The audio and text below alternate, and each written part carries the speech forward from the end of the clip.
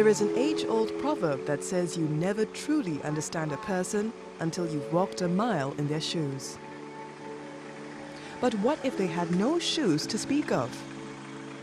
For some children, this is the harsh reality of life. And it was this reality that drove 3 ordinary Singaporeans to provide Happy Feet for these disadvantaged children.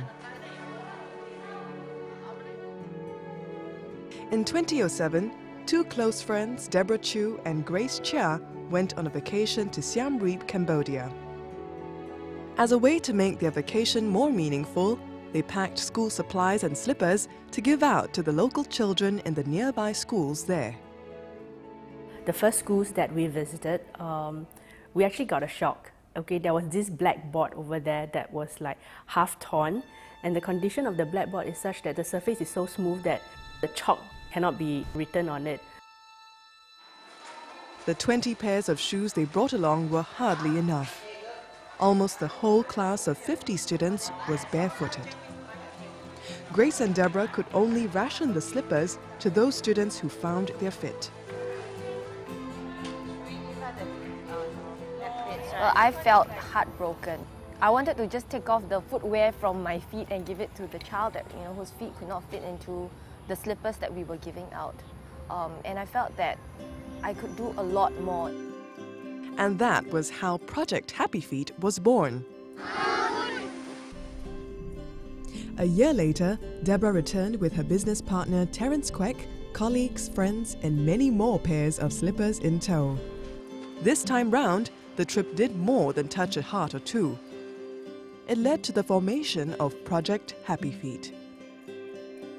Since then, the NGO has grown beyond providing slippers to barefooted children. Today, they raise funds for initiatives and programs managed by local organizations for poor children and youth in Singapore, Cambodia, and Vietnam. We hope that when we empower children, they could get more ideas, they could really live out the kind of lives that they have the potential of living. As a former school teacher, Deborah knows that the only way to break the endemic poverty cycle is early access to education. She identified This Life Cambodia as an organization to fund because it empowers the lives of children through education. Cambodia is one of the poorest nations in the world.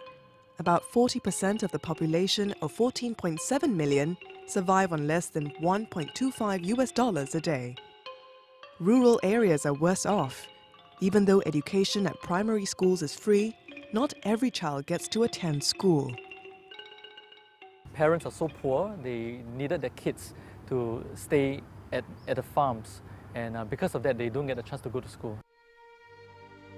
Of those who begin schooling in any form, only 52% eventually complete basic education. At other times, books and money set aside for the schools do not reach the children. Organizations like This Life Cambodia, they work with the community to explain to them that these are some of the things that the government is providing for. So you need to find ways to work with the government to make sure that the textbooks arrive in the schools. The Blue Dragon Children's Association is another beneficiary that Terence, Deborah and Grace support to get Vietnamese youth off the streets. In an effort to ensure that 100% of the funds raised go directly to the children who need it most, the team reviews the non-governmental organizations they work with annually to ensure that funds are properly managed. Today they meet with Michael Basowski, founder of Blue Dragon, to run through the books.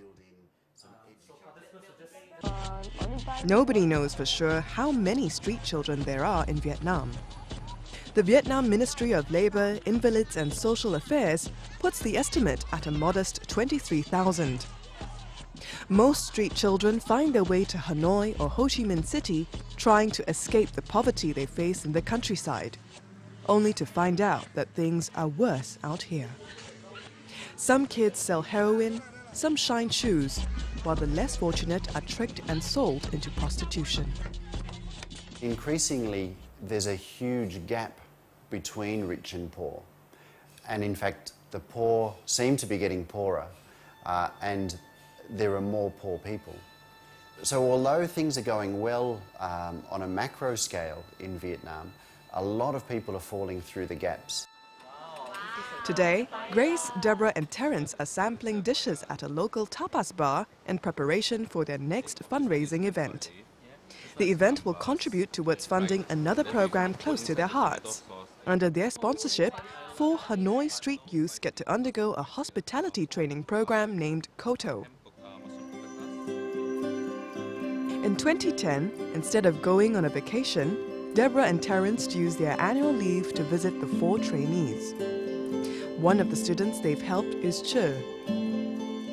When I finished the high school, I don't have enough money to go to the maybe the college. And so, Che started selling bread on the streets of Hanoi. It was during this time that a friend introduced her to the program. For someone like Che, who supports her 2 sisters, a deaf-mute father and a mentally challenged mother, an opportunity like this comes once in a lifetime. I would love to get a stable job, learn the money and can learn the money and support my family. The ceremony marks the end of Che's 24-month training program. She's now equipped with hospitality and English language skills. She's all ready to even decide that she wants to support her sisters through education. She's decided, like, no, let me handle it myself first. And I think that's the kind of dignity we give people through our programs. Building on the original idea of being in the shoes of another, Deborah, Terence and Grace organized the first ever slipper race in November 2011. We're doing the slipper race because we want to remember the children in Cambodia and Vietnam.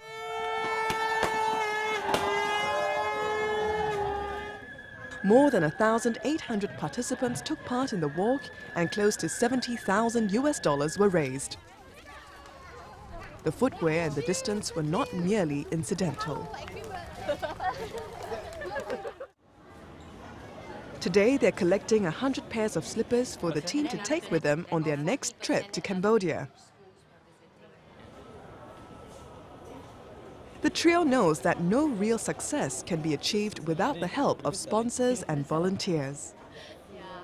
One of our basic policies is 100% of whatever the donor gives, we want to give it to the organization, to the schools, or even to the children there itself.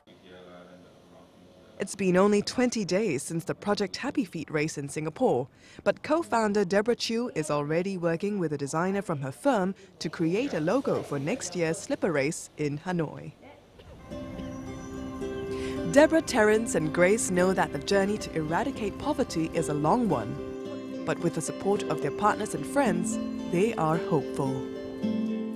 As long as Project Happy Feet exists, it means that there's still poverty and there are still people who are living below the poverty line, and there's still need for training and education. So my greatest wish is that it will outgrow itself and one day it will really cease to exist. But before that day, Terence, Deborah and Grace will continue to help these children until they can stand firmly on their own 2 feet.